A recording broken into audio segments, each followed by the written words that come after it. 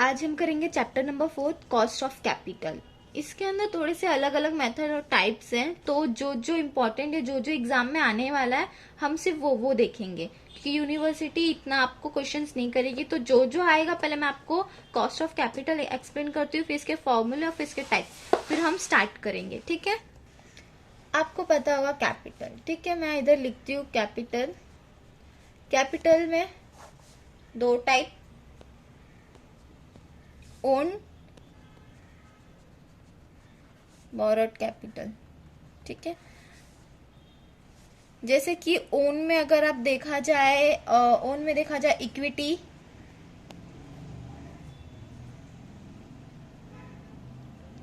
Preference shares. Borrowed में अगर देखा जाए तो बैंक लोन या बॉन्ड्स हो गया, अदरवाइज डेबेंचर। कैपिटल कॉस्ट आपको पता है कि कोई अगर चीज है तो उसकी कितनी कॉस्ट होगी, और आपको उसका कैपिटल, कॉस्ट ऑफ कैपिटल में आपको निकालना है। इसमें केडी ईडी आपको मैं बताती हूँ। इसके कुछ टाइप्स हैं, तो ये सब तो आपको पता होगा। इक्विटी क्या होती है, प्रेफरेंस शेयर होती है, क्या होता है वो मुझे एक्सप्लेन करने की इतनी जरूरत नहीं है। तो हम टाइप देखते हैं। फर्स्ट टाइप आपका आता है कॉस्ट ऑफ डेब्ट।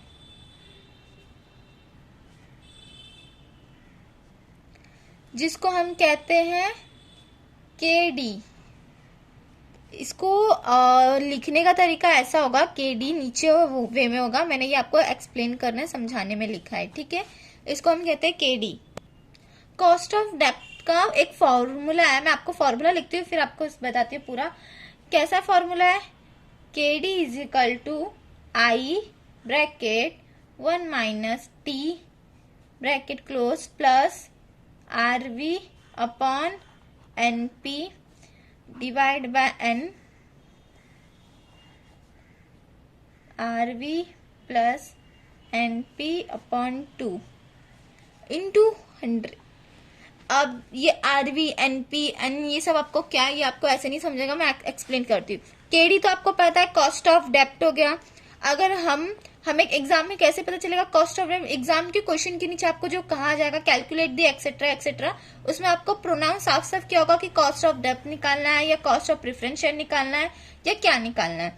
तो अगर कॉस्ट ऑफ डेब्ट आया तो केडी का फॉर्मूला आई मतलब इंटरेस्ट, 1 माइनस टी मतलब टैक्स रेट, प्लस आरवी मतलब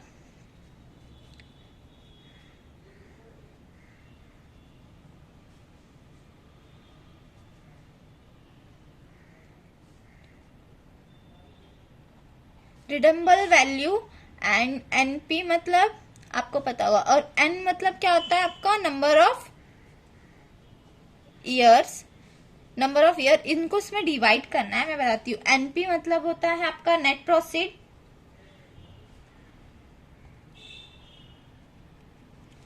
प्रोसीड, आरवी एनपी, और मे भी कभी कभार आपका फेस वैल्यू भी आता है। ठीक है, तो एक चीज, हाँ, अगर हम फॉर्मूला लिखते हैं तो हम कैसे प्रोनाउंस करते, कैसे लिखते हैं, वो I is equal to 1 minus T. तो प्लीज 1 ऐसा ना लिखो, ऐसे में ये आई दिखता है, 1 को पूरे प्रॉपरली 1 में लिखो। हमें सॉल्व करने के लिए कैसा करना होगा, इंटरेस्ट ब्रैकेट 1 माइनस टी, जो टैक्स होगा वो मैंने शॉर्ट फॉर्म यूज किया है। आप एग्जाम में फुल फॉर्म में शॉर्ट फॉर्म यूज कर सकते हो, बट मे बी जितना हो सके तो फुल फॉर्म यूज करना और फुल फॉर्म लर्न करना। तो I minus T plus RV minus NP divide by N, हमें पहले ये कैलकुलेट करना है, वो मैं आपको दिखाती हूँ। हम जैसे जैसे सम्स लेंगे वैसे। सेकेंड टाइप आपका इधर आता है। सेकेंड टाइप आता है cost of preference shares, share. अब कॉस्ट ऑफ प्रेफरेंस शेयर का फॉर्मूला क्या है वो मैं आपको बताती हूँ। सेकेंड वन है कॉस्ट ऑफ, जैसे कि सेकेंड वन है cost of preference, KP. Cost of डेब्ट को हमने केडी कहा, तो कॉस्ट ऑफ प्रेफरेंस शेयर को हम केपी कहते हैं। केपी का फॉर्मूला क्या है, थोड़ा सा अलग है, PD plus RV minus NP, same formula देख सकते हो आप। सिर्फ यहाँ पे कॉस्ट ऑफ डेब्ट पे हमने इंटरेस्ट ब्रैकेट 1 माइनस टैक्स लिया था, क्योंकि कॉस्ट ऑफ डेब्ट पे आपको पता ही है टैक्स लगता है, टैक्स रेट ऑफ टैक्स कटता ही है। प्रेफरेंस शेयर पे हमें टैक्स नहीं निकालना है, तो सिर्फ हमें क्या निकालना है, प्रेफरेंस डिविडेंड। पीडी का फुल फॉर्म है preference dividend plus RV minus NP. RV का फुल फॉर्म जैसे कि मैंने वहां पे बताया था सेम वही है। आरवी क्या है, रिडम्बल वैल्यू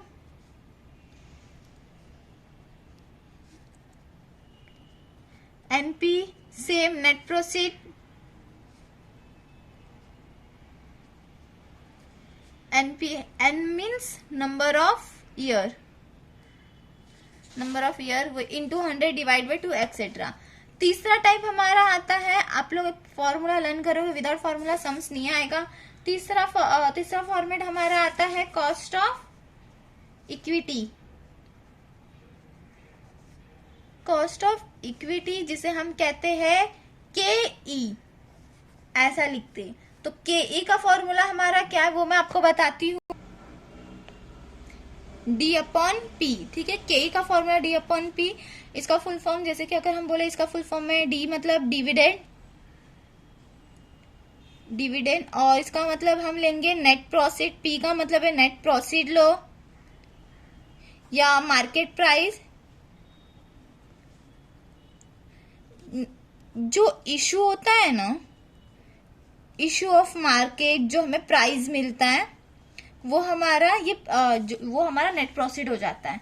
तो P हमें वही वैल्यू लेना है जो प्रोसीड हो या जो मार्केट प्राइस हमें दी हो, जो अवेलेबल हो, जो इशू ऑफ मार्केट में हो। ठीक है, इसके बाद हमारा नेक्स्ट आता है फोर्थ वन WACC। ये आपने सुना होगा, इसका फुल फॉर्म है weighted average cost of capital. ठीक है, इसका फुल फॉर्म है weighted average cost of capital.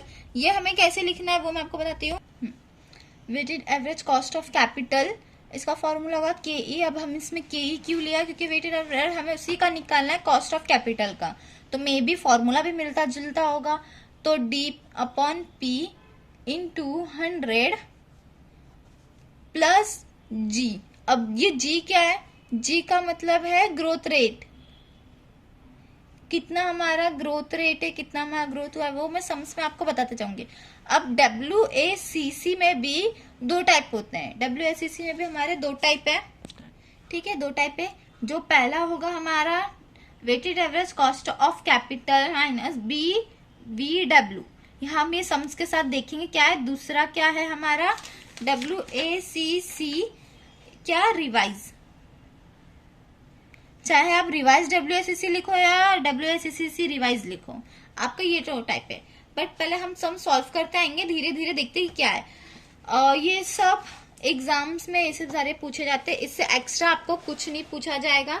अब हम लाइन से सम्स देखते हैं कि एक्चुअली सम्स क्या है। अरे क्वेश्चन इधर दे। अब हम देखते हैं इलस्ट्रेशन नंबर 2, जो मेन सम है। इलस्ट्रेशन नंबर 1 में कुछ इतना खास नहीं है, हम 2 से स्टार्ट करते हैं। क्वेश्चन क्या है, देखो कॉस्ट ऑफ डेब्ट है हमारा, इधर भी हमें कैलकुलेट करने। कॉस्ट ऑफ डेब्ट बोला है मतलब KD करना है हमें। अब कंपनी इशू 25,000, कंपनी ने कितना इशू किया है, 25,000 इशू किया है। 14% डिबेंचर ऑफ 1000 ईच, मतलब ये हमारा 1000 क्या हुआ, ये हमारा 1000 हमारा हो गया RV। ठीक है, रिडम्बल वैल्यू जो दिया उसके ऊपर हमें 14% निकालना है। 14% हम निकालेंगे तो हमारा इंटरेस्ट मिल जाएगा, ये I हो गया। जो हमें अमाउंट मिलेगा वो इंटरेस्ट होगा। ठीक है, the debenture are redeemable after the expire period of number of year, हमारा 5 साल का है। The rate application to the company of 35%, हमारा नंबर ऑफ ईयर 5 साल का है। तो रेट ऑफ इंटरेस्ट कितना है, मतलब टैक्स हमारा कितना है 35। ठीक है, इंक्लूडिंग द शेयर, ये कुछ नहीं है। कैलकुलेट हमें क्या करना है, कॉस्ट ऑफ डेब्ट KD।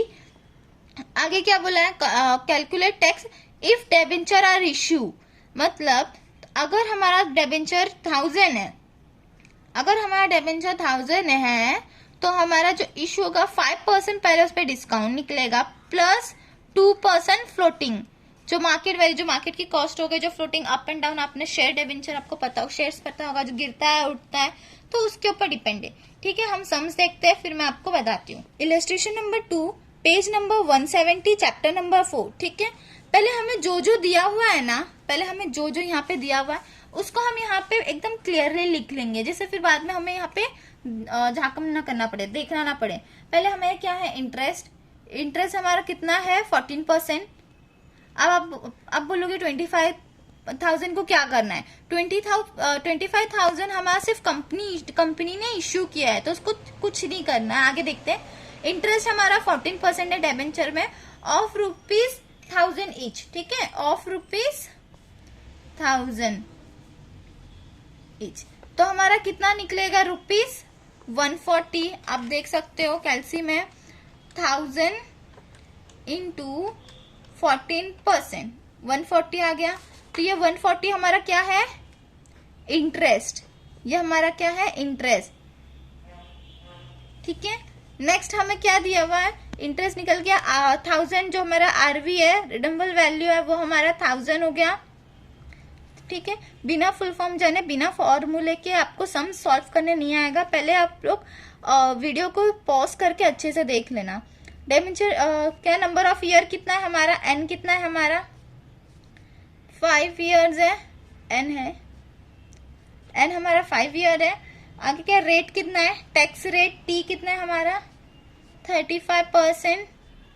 ठीक है, 35% है। आगे क्या है, कॉस्ट ऑफ डेब्ट if debenture issue, if debenture issue हमारा एनपी। नेट प्रोसीड कितना किया है, नेट प्रोसीड क्या बोला है, डेवेंचर कितना इशू किया है, डेवेंचर हमारा 1000 है।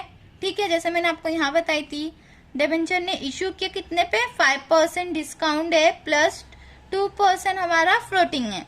तो क्या होगा, 1000 माइनस, इनको प्लस करना है 7%। तो 1000 में हमारा 7% कितना निकलेगा, 7 माइनस 1000 माइनस 7%, 930 हमारा क्या निकल गया, नेट प्रोसीड। अब हम क्या फाइंड कर रहे हैं, यहाँ पे क्या कैलकुलेट करना है हमें, कॉस्ट ऑफ डेब्ट। हमें कॉस्ट ऑफ डेब्ट फाइंड करना है। तो उसका फॉर्मूला क्या है, KD is equal to I interest bracket 1 minus tax plus redeemable value minus NP. Cross पे लिखो या आप नीचे लिखो, वो आपका लुकआउट है। Number of year divide by RV plus NP divide by 2।